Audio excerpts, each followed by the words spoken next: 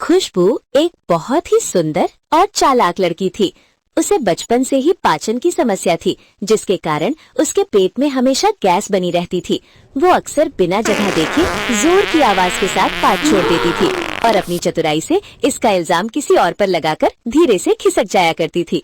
एक दिन उसके बॉयफ्रेंड राजेश ने बड़े प्यार से खुशबू की आंखों में झांकते हुए कहा, खुशबू डार्लिंग, आज चुपके चुपके फिल्म देखते हैं। एकदम शांत और रोमांटिक माहौल रहेगा। खुशबू ने शर्माते हुए जवाब दिया, हाँ राजेश, क्यों नहीं। वैसे भी मेरा मन आज कुछ तूफानी करने का था, चलो चलते हैं। खुशबू सज धज कर राजेश की बाइक पर पीछे बैठ गई। रास्ते भर उसकी गुड़गुड़ बाइक के इंजन से मुकाबला करती रही। हॉल पहुंचते ही दोनों ने ढेर सारे समोसे और एक्स्ट्रा चीजी पॉपकॉर्न खरीदे और बीच वाली सीट पर जम गए। जैसे ही हॉल में अंधेरा हुआ और खुशबू ने समोसे का पहला निवाला लिया, उसके पेट के आतंकवादियों ने विद्रोह कर दिया। खुशबू ने सोचा, अंधेरा है, शोर है, मौका अच्छा है। उसने जोर से खांसने का नाटक किया और साथ ही एक मिसाइल दाग दी। राजेश अपनी नाक पर रुमाल ठूसते हुए चीखा, भाई साहब, ये फिल्म देख रहे हैं या नाले की सफाई चल रही है? ये कौन सा 4D इफेक्ट है जिसमें आंखों से पानी और नाक से खून आ जाए? ऐसी बदबू तो नरक के दरवाजे पर भी नहीं होगी। राजेश, शर्म करो, इतने रोमांटिक सीन में तुम्हें गंदी बातें सूझ रही हैं। मुझे तो पॉपकॉर्न की खुशबू आ रही है। शायद तुम्हारे दिमाग का सेंसर ही खराब हो गया है। अभी राजेश अपनी नाक साफ कर ही रहा था कि खुशबू ने एक लंबा और सुरीला शॉट छोड़ा। पास बैठा एक आदमी अपनी सीट से उछल पड़ा और चिल्लाया, अरे ओ भाई, ये फिल्म का नाम चुपके चुपके है, धमाके धमाके नहीं। ये कौन है जो बिना लाइसेंस के यहाँ जैविक हथियार चला रहा है? भाई साहब, अपनी इस तोप को बाहर ले जाओ, वरना यहाँ लोगों के फेफड़े सरेंडर कर देंगे। ऑक्सीजन मास्क लाओ रे कोई। राजेश का चेहरा शर्म से लाल पीला हो गया। वो गुस्से में फुसफुसाया, खुशबू, तुम्हारी ये बिना धुएं वाली अगरबत्ती पूरे हॉल को बेहोश कर देगी। ये फिल्म चुपके चुपके है, पर तुम्हारी ये मशीन गन तो पूरे शहर को सुनाई दे रही है। मुझे अपनी जान प्यारी है, मैं जा रहा हूँ। खुशबू ने उसे रोकने की कोशिश की। राजेश, रुको, अभी तो फिल्म का क्लाइमैक्स आने वाला है। क्लाइमैक्स नहीं खुशबू, विनाश आने वाला है। तुम फिल्म देखो, मैं बाहर जाकर ताजी हवा में अपनी नाक का पुनर्जन्म करवाता हूँ। और राजेश अपनी जान बचाकर वहाँ से रफू चक्कर हो गया। कुछ ही दिनों बाद खुशबू की माँ अनीता ने उसकी शादी मयंक नाम के लड़के से तय कर दी। शादी के दिन जब पंडित जी मंत्र पढ़ रहे थे, ओम मंगलम भगवान विष्णु, खुशबू के पेट ने फिर अपनी राग छेड़ दी।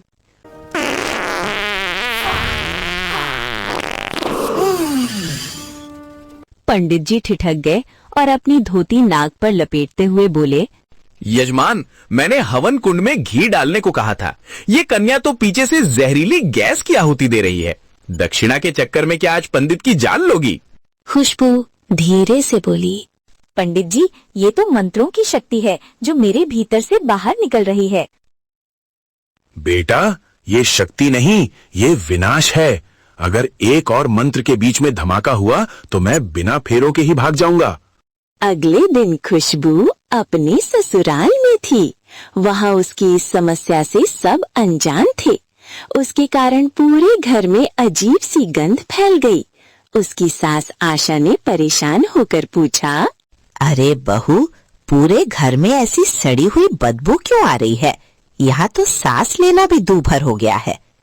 खुशबू ने तुरंत बहाना बगा, माँ जी, लगता है घर में चूहे बहुत हो गए हैं। शायद कोई चूहा मर गया है, वहीं से बदबू आ रही होगी। क्यों ना हम बाजार से एक रूम फ्रेशनर ले आए और उसे पूरे घर में छिड़क दें। हाँ बहू, तुम ठीक कह रही हो, चलो चलते हैं। दोनों दुकान पर पहुँची।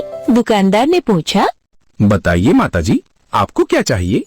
भैया, कोई अच्छी खुशबू वाला रूम फ्रेशनर देना। दुकानदार ने एक बोतल आगे बढ़ाई। ये लिखे, सबसे बेहतरीन खुशबू है। जैसे ही आशा उसे चेक करने के लिए स्प्रे करने वाली थी, खुशबू ने धीरे से गैस छोड़ दी। स्प्रे की खुशबू और खुशबू की बदबू मिल गई। आशा चिल्लाई, भैया, ये कैसा मोगरा फ्रेशनर है? इसे छिड़कते ही ऐसा लग रहा है जैसे किसी ने नाले का पानी स्प्रे कर दिया हो। दुकानदार हैरान होकर बोला, माँ जी, कंपनी तो फूलों का दावा करती है, पर आपकी बहू के पास आते ही ये गोबर गैस क्यों बन जा रहा है, ये मुझे भी समझ नहीं आ रहा। एक दिन आशा और खुशबू एक बड़ी पार्टी में गईं। वहाँ खाने के कई स्टॉल लगे थे। खुशबू उत्साहित होकर बोली, माँ जी देखिए कितने सारे स्टॉल है।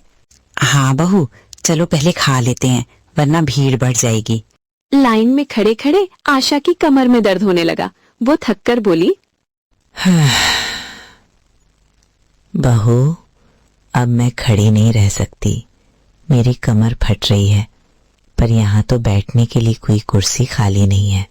माँ जी आप बस 2 मिनट रुकिए, मैं अभी कुर्सी खाली करवाती हूँ।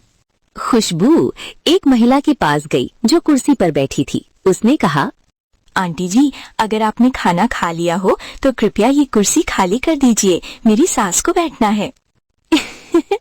वो औरत चिढ़कर डोली, चल यहाँ से जा, तेरी सास को बैठना है तो मैं क्या करूँ। खुशबू को बहुत गुस्सा आया। उसने मन ही मन कहा, अच्छा आप ऐसे नहीं मानोगी। पार्टी में कुर्सी के लिए जब वो औरत नहीं मानी तो खुशबू ने अपना ब्रह्मास्त्र इस्तेमाल करने का सोचा। खुशबू ने मन ही मन कहा, आंटी अब आप कुर्सी नहीं सीधे हॉस्पिटल का रास्ता ढूंढोगी। खुशबू ने अपनी पोजीशन ली और एक ऐसा लात मारा कि आसपास के फूलों के गमले भी मुरझा गए। वो औरत उछलकर चिल्लाई, हाय दैया, ये कौन सा जानवर घुस आया पार्टी में। अरे भागो रे, यहाँ किसी ने सल्फर का छिड़काव कर दिया है, मेरी तो नाक के बाल ही जल गए।